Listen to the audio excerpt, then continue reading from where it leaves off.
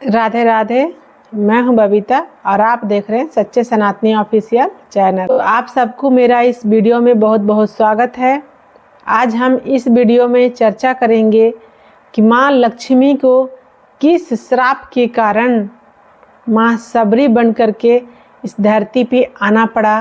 तो इसी कथा को ध्यान से सुनिएगा, पूरा सुनिएगा तो समझ में आएगा कि जो माँ लक्ष्मी पूरा दुनिया को सुखी कर सकती हैं, करती हैं, जिस लक्ष्मी के कारण ये संसार सुखी होता है, वो लक्ष्मी जी को भी इस कथा को आप ध्यान से सुनिएगा और पूरा सुनिएगा। लक्ष्मी नारायण भगवान क्षीर सागर में रहते हैं, विराजमान होते हैं, ये सभी जानते ही हैं। तो एक बार लक्ष्मी जी क्षीर सागर में प्रभु का इंतजार कर रही थी और नारायण को पहुंचने में थोड़ा देर हुआ। नारायण विलंब से पहुँचे तो लक्ष्मी जी बोलने लगी कि हे भगवान, आप इतना विलंब तक कहाँ थे, आप इतना देर तक कहाँ थे, कहाँ बार बार चले जाते हैं। भगवान बोले, अरे कुछ नहीं देवी, बस ऐसे ही, कभी कभी हमें भी शांति की आवश्यकता होती है। लक्ष्मी जी बोली, अरे आपको शांति, आपसे मैं लड़ती थोड़ी हूँ। नारायण बोले, फिर भी हमारे भक्तों की तमाम लीलाएं होते रहती हैं तो हम भी थोड़ा सा परेशान हो जाते हैं, तो हमें भी थोड़ा शांति की आवश्यकता होती है। फिर लक्ष्मी माँ बोलती हैं कि जब आपको शांति की आवश्यकता होती है तो शांति के लिए आप कहाँ जाते हो?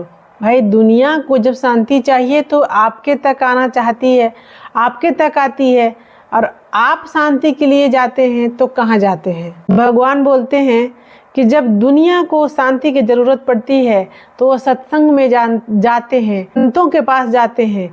तो हमें भी शांति की ज़रूरत पड़ती है तो हम भी संतों के पास जाते हैं और संतों के पास जा कर के संतों के मुख से कथा सुनते हैं। लक्ष्मी जी बोलती हैं कि कहाँ, आप कहाँ जाते हो? तो भगवान बोलते हैं कि वह चित्रकूट बताते हैं कि एक बहुत ही बड़ा भक्त हैं, मस्त मलंग फकीर हैं, बस एक लंगोटी में रहते हैं और हमेशा प्रसन्न रहते हैं। तो इतना सुनकर के लक्ष्मी माँ बोली कि वाह जी वाह, वाह जी वाह, वाह जी वाह, आपको भी शांति की आवश्यकता है। तो अकेले अकेले आप हमें साथ भी नहीं लेके जाते हैं, क्यों नहीं लेके जाते हैं? ये भी सत्संग में लेके चलना चाहिए ना आपको। देखिए, पति पत्नी दोनों मिलकर के सत्संग करेंगे तो ज्यादा अच्छा होगा। नारायण भगवान बोले, देवी देखो, तुम यही ठीक हो, तुम ज्यादा संत वंत के चक्कर में मत पड़ो। ये हमारे भक्त जो होते हैं वो बड़े विचित्र होते हैं, और वो भक्त तो मेरा फक्कड़ बाबा है, उसे कुछ चाहिए है नहीं। हम जाते हैं तो हमें तो ऐसे ही बस बिठालते हैं और मस्त सत्संग सुनाते हैं, हमसे कुछ नहीं कहते। तुम तो दूर ही रहो तो ज़्यादा अच्छा है। पर देवियाँ तो देवियाँ हैं, वो जब अपने जिद पे आ जाती हैं तो किसी की नहीं सुनती और वो उनको फिर कोई नहीं मना सकता है, चाहे वो नारायण ही क्यों ना हो। अगर देवी जिद पे आ जाए तो भगवान को भी झुकना पड़ता है। वो नारायण हो या शिव हो, उनको देवी का बात मानना ही पड़ता है। भगवान बोलते हैं कि चलो, नहीं मानती हो तो चलो। तो नारायण भगवान माँ लक्ष्मी जी के साथ ले करके चित्रकूट में वो महात्मा जी के पास पहुँचे। महात्मा जी तो एक पेड़ के नीचे ऐसे ही बैठे हुए थे, कोई घर नहीं, कोई आश्रम नहीं, कोई एक झोपड़ी तक नहीं, बस ऐसे ही एक वृक्ष के नीचे बैठे हुए थे। उनके पास सिर्फ एक लंगोटी और एक ब्रह्मपात्र, बस, और कुछ नहीं। जैसे ही वो महात्मा जी देखे कि नारायण के साथ में एक देवी जी आई, वैसे ही वो महात्मा भड़क गए। बोले, नारायण, ये कौन है, ये कौन है, कौन है ये, कौन है ये, किसे लेकर के आए हो? ये माई ताई को क्यों ले आए तुम? हम माताएं बहनें से बहुत दूर रहते हैं, दूर रखो, दूर रखो इनको, दूर रखो। भगवान नारायण बोले कि प्रभु, ये लक्ष्मी जी हैं, लक्ष्मी जी, पूरा ब्रह्मांड इन्हीं का कृपा पाना चाहता है। ये तो हमारा कथा ही इसलिए सुनते हैं, मेरी पूजा ही इसलिए करते हैं, मेरा आराधना ही इसलिए करते हैं कि लक्ष्मी की प्राप्ति हो जाए, माँ लक्ष्मी का कृपा हो जाए, लक्ष्मी प्रसन्न होकर के और हमारे घर में आ जाए। हमारे लिए नहीं सुनते, कई तो इन्हीं के लिए सुनते हैं। महात्मा जी बोले, अरे जो सुनते होंगे वो सुनते, जो सुनते होंगे वो सुनते होंगे, हमें नहीं सुननी, और दूर रखो, दूर दूर दूर रखो। हम एकदम स्त्री से एकदम दूर रहते हैं, हमें एकदम स्त्री से बहुत दूर दूर तक कोई मतलब नहीं है। उनको बोलो दूर बैठे, एक तो तुम ले आए हो, तुमको बिना मेरी अनुमति के लाना नहीं चाहिए। अब ले ही आए हो तो कोई बात नहीं, उनको बोलो दूर बैठे, दूर बैठाओ, दूर रखो, दूर रखो। लक्ष्मी जी भी देखी तो उनको याद आ गया कि नारायण तो बोले ही थे कि वो महात्मा है, फक्कड़ है, बस सिर्फ एक लंगोटी में रहता है, उसको किसी भी चीज़ की कोई आवश्यकता नहीं, उसको किसी से कोई मतलब नहीं। तो ये सब तो हम जानते ही थे। तो लक्ष्मी माँ को भी बहुत ज़्यादा कुछ बुरा नहीं लगा। और लक्ष्मी माँ बहुत दूर, जिस वृक्ष के नीचे वो महात्मा रहते थे वहाँ से दूर में और एक वृक्ष था, उस वृक्ष के नीचे एकदम दूर में जाकर के वो बैठ गए और वहीं से उस महात्मा को प्रणाम किया, दर्शन करने लगी। लेकिन बाबा का प्रतिज्ञा अटल, बाबा एक सेकेंड के लिए भी नहीं देखे वो लक्ष्मी जी की तरफ, और नारायण भगवान को साथ में बैठा करके सत्संग सुना रहे हैं। ये सब देख करके लक्ष्मी जी बहुत प्रभावित हुई। वो सोचने लगी कि पूरा दुनिया कहता है, सारा दुनिया हमको आरती करता है, पूजा करता है, वंदना करता है, लक्ष्मी यंत्र मंत्र का जाप करता है मुझे पाने के लिए। अब ये महात्मा जी जिनके सामने मैं स्वयं चल करके आई हूँ और वो एक बार भी देख तक नहीं रहे हैं मेरे तरफ, इतना दूर बिठा रखा है। दूर बैठने के बाद जब मैं प्रणाम कर रही हूँ तो भी वो आशीर्वाद देने के लिए भी मेरे तरफ एक बार देखे तक नहीं। ये कैसे अद्भुत महात्मा है। लक्ष्मी जी को भी बहुत ही अद्भुत लगा, बहुत ही अच्छा लगा। तो सत्संग सुनी और वापस अपने क्षीर सागर में नारायण के साथ चली गई। और जब वहाँ से अब नारायण कथा सुनने के लिए आया करते तो उनके साथ में वो भी चली आती और महात्मा जी का कथा सुनती, उनको बहुत अच्छा लगा, फिर चले जाती, फिर कभी कभी वो आती और कथा सुनती। पर बाबा इसके बावजूद भी उनके तरफ एक बार भी देखा नहीं। बाबा के ये त्याग वाला भावना को देख करके त्याग जब देखे तो माता लक्ष्मी को भी श्रद्धा जाग गई। और देखिए, जब आप त्यागी होते हैं तो लोगों के मन में आपके प्रति श्रद्धा जाग ही जाती है। त्यागी जो होते हैं वो पूजनीय हो ही जाते हैं, वो अपने त्याग बल के कारण महान हो जाते हैं। त्याग बहुत ही बड़ा सम्मान का पात्र है। और सत्संग में जाने के बाद तो अच्छी अच्छी भावना जागती ही हैं। जो याद नहीं भी रहता है वो भी सत्संग करने के बाद, सत्संग में सुनने के बाद याद आ जाता है। तो एक दिन लक्ष्मी जी बोलती हैं कि सुनते हो? नारायण बोलते हैं हाँ क्या? तो लक्ष्मी जी बोलती हैं कि ये कितने बड़े त्यागी महात्मा हैं, मैं सामने बैठी रहती हूँ फिर भी मेरे तरफ एक बार भी देखते तक नहीं हैं। एक लंगोटी और एक ब्रह्म पात्र में ही ये रहते हैं। एक एक कार्य करो भगवान। ये महात्मा का देख करके मेरे मन में भी एक इच्छा जाग रही है। भगवान बोले क्या? लक्ष्मी जी बोलती हैं कि इनको वैकुंठ में बुलाया जाए और ये वहां आकर के प्रसाद पावे। हम इनके लिए प्रसाद अपने हाथों से बनावें और इनको पवावें। ऐसे भक्त इतने बड़े महात्मा को अपने हाथों से भोजन बना करके प्रसाद पवाने में हमें बहुत ही अच्छा लगेगा, आनंद की अनुभूति होगी। ये सब सुन करके भगवान नारायण बोले कि देवी एक बात तुम्हें हम बताएं? लक्ष्मी जी बोली हाँ। तो भगवान बोले कि इन महात्माओं से जितनी दूरी में रहोगी उतना ज़्यादा अच्छा होगा। गृहस्थों को कभी भी ज़्यादा महात्माओं का संग नहीं करना चाहिए। लक्ष्मी जी बोली क्यों? ऐसा क्यों कह रहे हो? नारायण भगवान बोलते हैं साधु जोगी अग्नि जल। कौन कौन? साधु जोगी, अग्नि, जल, इनकी उल्टी रीत, परशुराम बच के रहो, घोड़ी की जय प्रीत। अग्नि से ज़्यादा खिलवाड़ और ज़्यादा पास नहीं जाना चाहिए। इसी प्रकार जल से भी ज़्यादा खिलवाड़ नहीं करना चाहिए, ज़्यादा अधिक जल में भी स्नान नहीं करना चाहिए। अब बहुत ज़्यादा जल में तो कभी जाना ही नहीं चाहिए। जल के लिए तो एक कहावत है कि जब भी डूबेगा तो तैराक के ही डूबेगा। इसी प्रकार महात्मा और जोगी से भी ज़्यादा नज़दीक नहीं रहना चाहिए, ज़्यादा देर तक नहीं रहना चाहिए, क्योंकि इनकी मूड अपने मन के अनुसार होता है।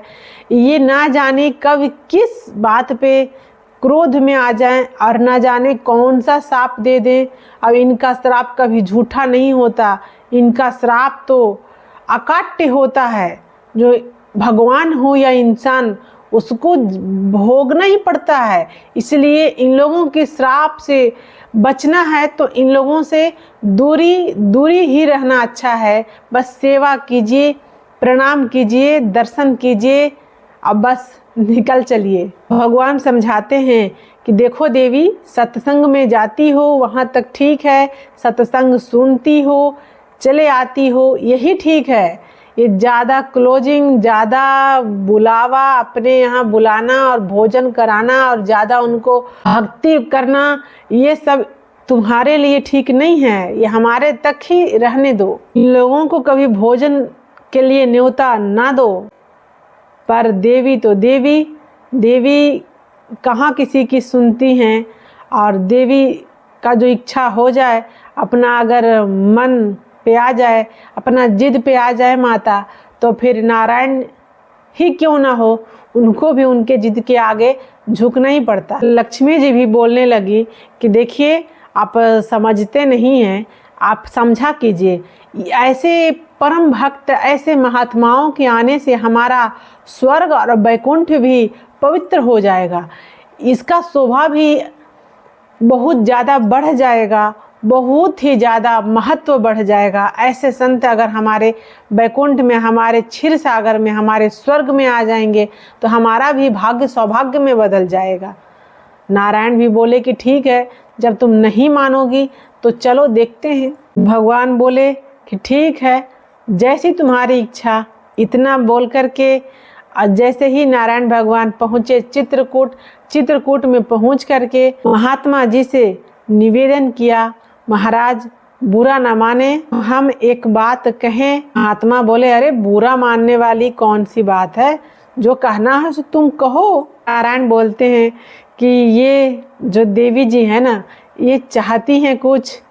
महात्मा भड़क गए, बोले देवियों का बात मत करो, हमने बोला था तुमको कि देवी उवी को मत लाया करो, तुम ले आते हो तो ठीक है, पर ज़्यादा ठीक नहीं है। नारायण भगवान बोलते हैं कि महाराज देखिए, आप तो महात्मा हैं तो आप दूर रह सकते हैं, दूरी बना सकते हैं, लेकिन हम तो पति हैं ना इनके, तो मेरी तो ये श्रीमती जी हैं, तो लक्ष्मी जी हैं, तो हमें तो इनकी बात माननी पड़ेगी, इनकी जो आज्ञा है वो आप तक पहुंचानी पड़ेगी। महात्मा फिर भड़कते हैं और बोलते हैं कि इसलिए कहते थे तुमको कि तुम कभी देवी को साथ में मत लाया करो, लेकिन तुम तो हो कि मानते ही नहीं हो। तो आपकी इच्छा के लिए मैं क्या करूं, चलो बताओ देवी जी क्या चाहती हैं। तो नारायण बड़ा हिम्मत जुटा करके बोलते हैं कि महाराज, ये देवी जी चाहती हैं कि आप इनके वैकुंठ में पधारें, और ये चाहती हैं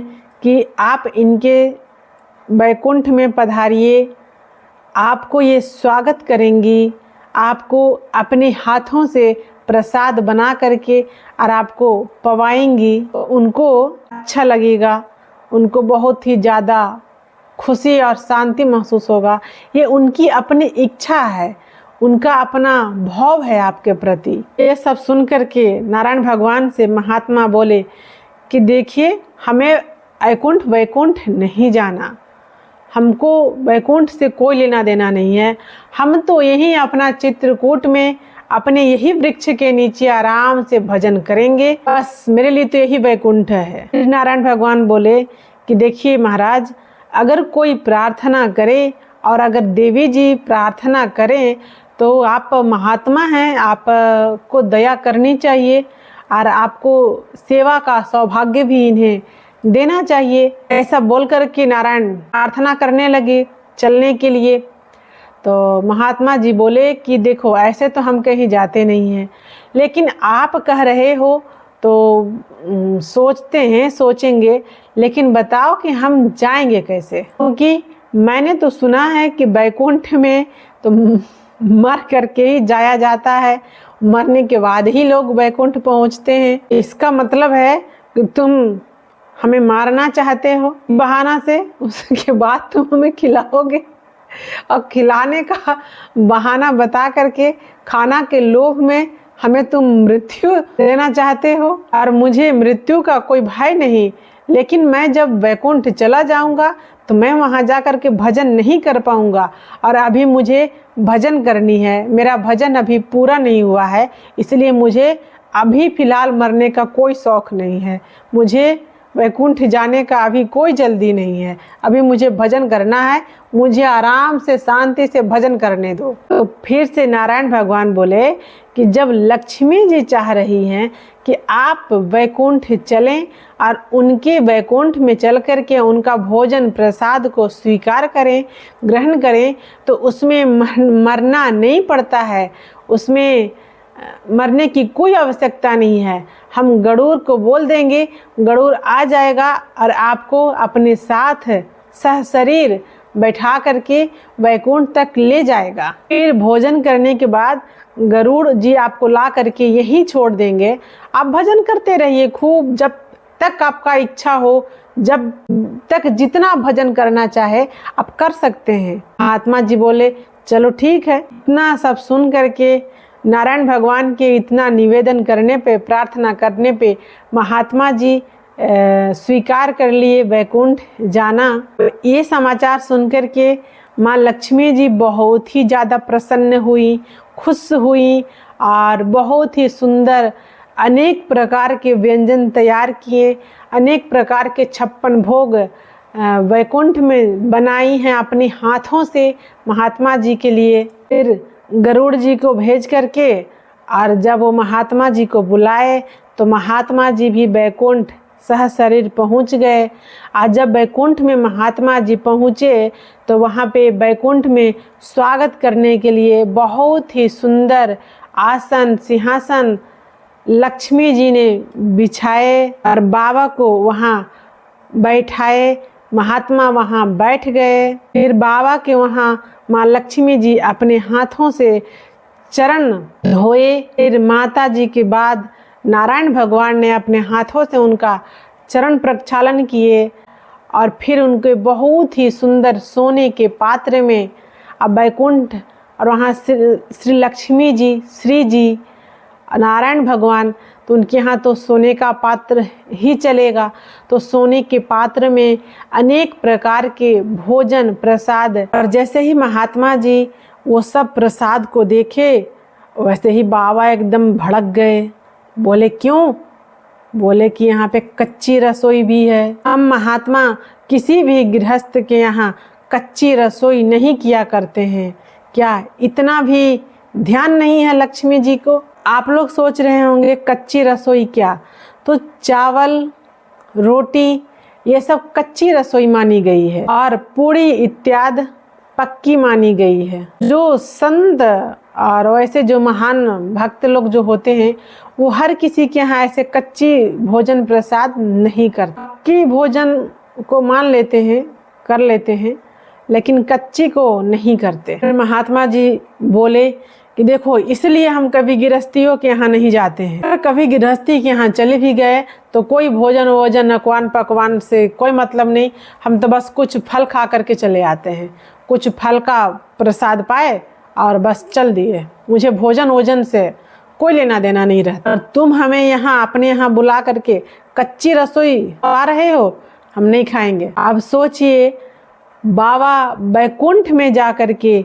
भगवान के घर में जा कर के माँ लक्ष्मी जी अपने हाथों से रसोई बनाई है। बताइए जरा, सोचिए वो रसोई कैसा होगा, कितना स्वादिष्ट होगा, कितना प्यारा होगा, कैसा सौभाग्य है वो महात्मा जी का कि माँ लक्ष्मी जी खुद अपने हाथों से रसोई बना करके लाए हैं बाबा के लिए।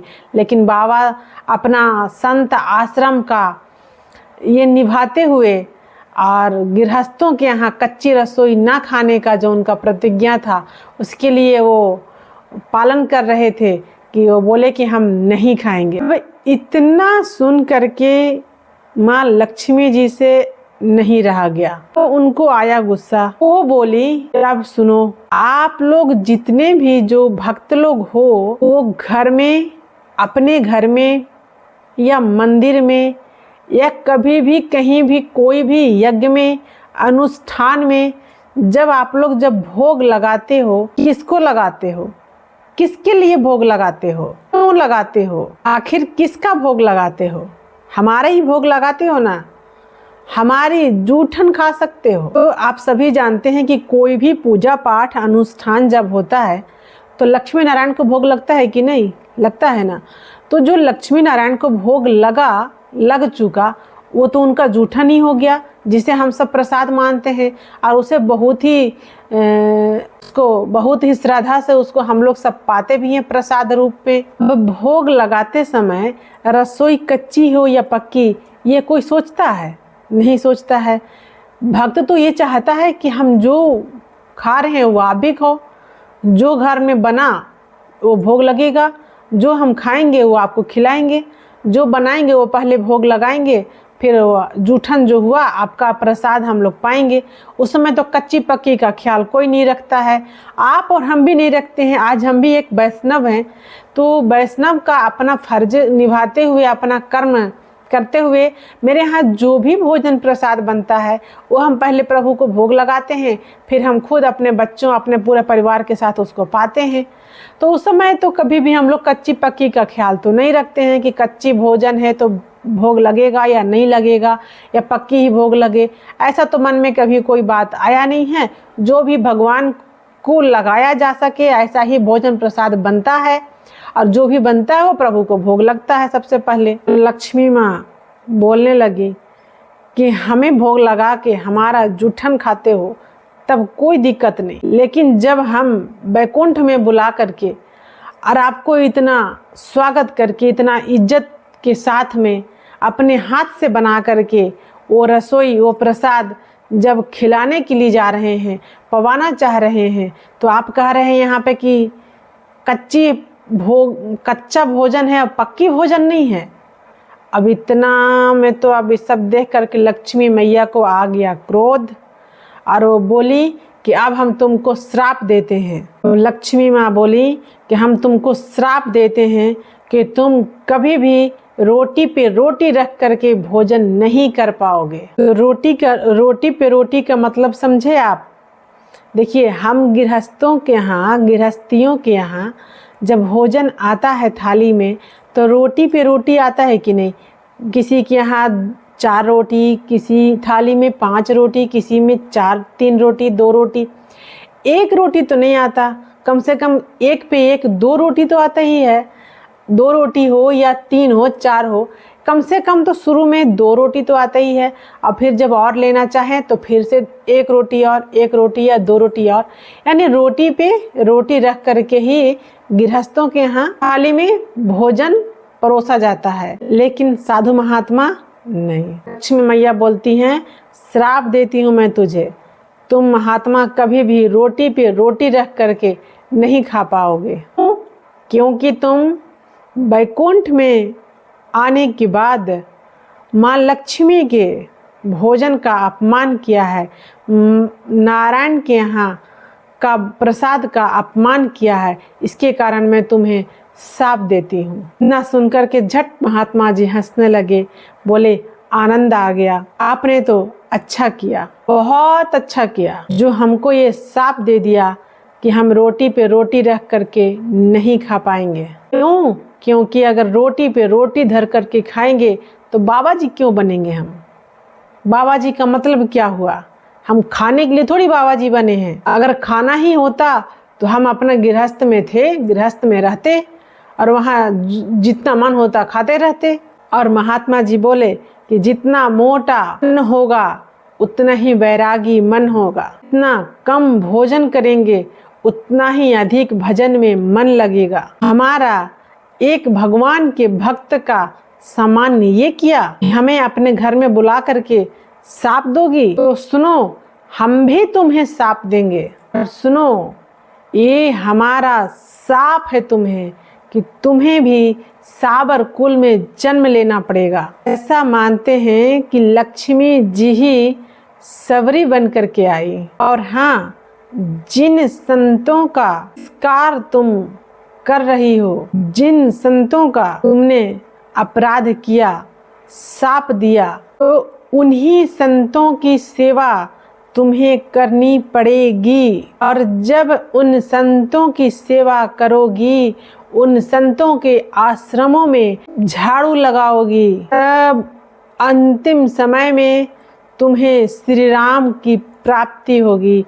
ये तुम्हें हमारा श्राप है। और इसीलिए राम जी जब गए थे वन में, तो राम जी की आयु क्या है? ज़्यादा से ज़्यादा 22 वर्ष के थे जब उनको वनवास हो गया था। तो 14 वर्ष उसमें और लगा भी ले तो 32-33 वर्ष के राम जी रहे होंगे जब वो सबरी माँ से मिले थे। और राम जी की प्रतीक्षा सबरी माँ ने 10,000 वर्ष तक के की थी।